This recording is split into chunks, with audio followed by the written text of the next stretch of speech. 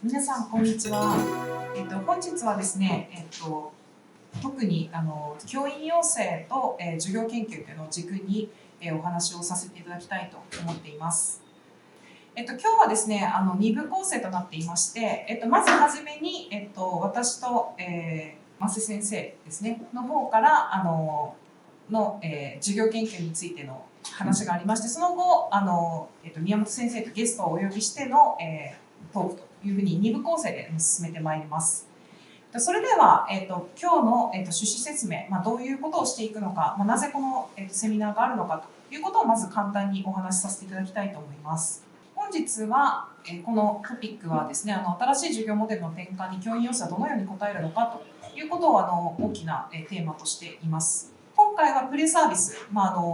要は入職前ということなので、いわゆる日本語で言うと教員養成段階での授業研究ということがテーマになっています。で、もともとこの本を書くにあたってですね、この教員養成と授業研究というのを、改めて見直したときにですね、そもそも授業研究というか、レッスンスタディって割と海外で現職研修のための専門性開発、プロフェッショナルディベロップメントの方法論として結構語られることが多かったなというふうなところがあります。なので、そもそもプレサービスっていうのはほとんど取り上げられてなかったというか、これを通して、私たち自身もですね、教員養成段階で授業研究ってそもそも何なのかっていうことを、改めて感じました。で、このあたりっていうのは実はその背景にあるのがこの大学で行う教員養成ということが結構軸だなっていうのも見えてきまして、この大学と学校っていうのをどう捉えていくのかっていうこと、あるいは、講義科目、今回私と増井先生のチャプターはそれぞれ違う焦点でやってるんですけども、講義科目と実習系科目というところでもその役割っていうのは実は違うんじゃないかなということになってきました。セミナーのテーマでもある新しい授業モデルへの転換に教員養成はどう対応するべきなのかっていうことを考えていきながら、問題ですね、この大学の教員養成の役割って何なんだろうっていうのを改めて考えていけるような考えていけるセミナーにできればなというふうに思っています。では増井先生にまずお伺いしようと思うんですけども、はい、増井先生のチャプターはどのような教員養成のどこの段階のどんなチャプターだったんでしょうか。はい、広島大学の増瀬と申します。ご紹介いただいたように国語教育学を専攻しております。で先生の中でその、教員養成における授業研究っていうのは、何を示すものでしょうか。それは教育実習、授業研究が、大きく捉えるといろいろな形態を持っているということもあると思うんですけれども、まず私は教育実習を教育実習系カリキュラムというように1年生から4年生までのそのカリキュラムの全体として捉えたので、授業研究自体がその各段階によって、形態が様々だということがありました。レッスンスタディの一般的なプロセスというのは目標設定と計画、研究授業、授業検討、学習の統合強化というふうなこの4つのサイクルとして記述されるということが、かなり、世界的にも一般的になってきましたけれども、しかし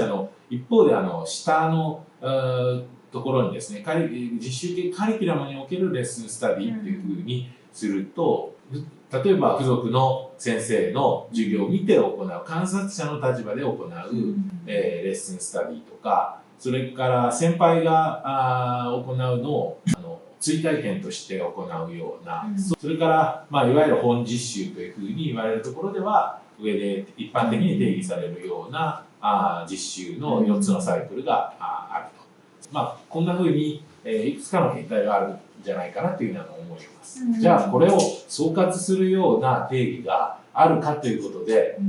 さっき慌てて考えたんですけど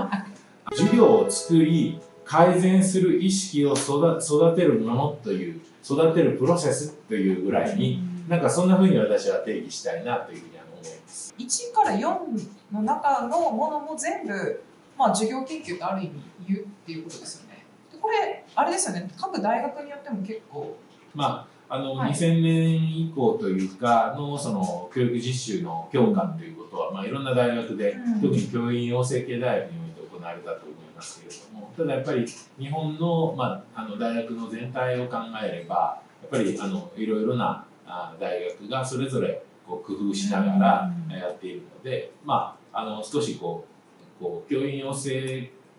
学部とか大学における、教育実習系カリキュラムをちょっと、まあ、典型化して今そこには示していますけれども、まあ、例えば、まあ、広島大学であれば、付属1年生の時には、講義実習入門という授業科目の中で、学習者の立場から事業者の立場へとこう転換を図るという、そういうこう大きなこう授業、まあ、講義も含めて行う中で、まあ、例えば、1日、付属に授業を見に行く。だからその前には、一旦教材をですね、自分たちで読んで目標設定、模擬的に目標を設定してしたり、教材分析を行ったりということをする。で、実際に当日授業を見て、そこの場でこう、どちらかというと教えられるような、質問するような、これはどうしてですかっていう意図を質問するような形で、行う授業、研究ですよね。ですね。2番と3番、研究授業と授業検討のプロセスというか。じゃあその後何かそれをこう理論化したりするかというと、そこまでは1年生の段階では、まあ、しないという。まあ、はい。私と渡辺先生が執筆した章はですね、主に講義系科目での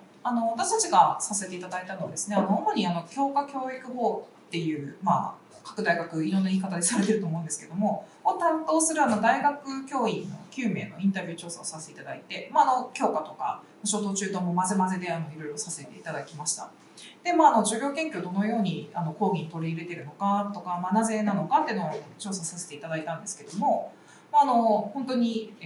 ものすごく多様だったっていうのがまあ見えてきて、まあ、教材研究やって指導案作って模擬授業して検討会して、まあ、改善していくっていうようなフルをまあ取り入れるっていう教育法の授業もあれば、もう授業開発がメイン、もう実際模擬授業とかはしない、ここをすごい重点的にやるっていうところもあれば、あれですよね、授業分析っていうか実践記録のまあ分析とか、まあ、多様なものがすごくあって、結構この目標の違い、まあ、教育法の目標として何を設定してるのかっていう、これ結構違ったんですよね。で、まあ、ざっくり言うと、なんていうんですかね、この前半の方はですね、まあ、教員としての技術や視点を身に伝える、まあ、教育実習で失敗しないためにとか、そういうこう教員として必要な視点をこう身につけさせるとか、まあ、教員としての構え、まあ、なんだっけ、いい授業をこう作っていこうってずっと思い続けるような構えだったりとかっていうものもありますし、あと今回この教科の教育法だったってこともあって、例えば学生が持っている、先ほど授業者から、授業者の方、学習者、そうですね、学習者から教員へみたいなところ、授業者へっていうところがあったと思うんですけど、やっぱ学習者の頃に持っているイメージ、まあ、例えば私は社会科を担当してるんですけど、まあ、社会科だとやっぱり知識をなんか伝達するとか、まあ、やっぱ年号をこういかに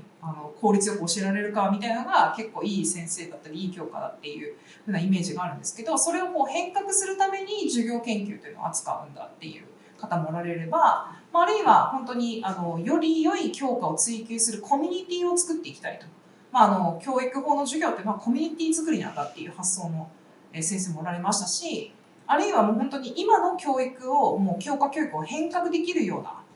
教員を育てたいと、エージェントを育てていきたいということでのものだったりとか、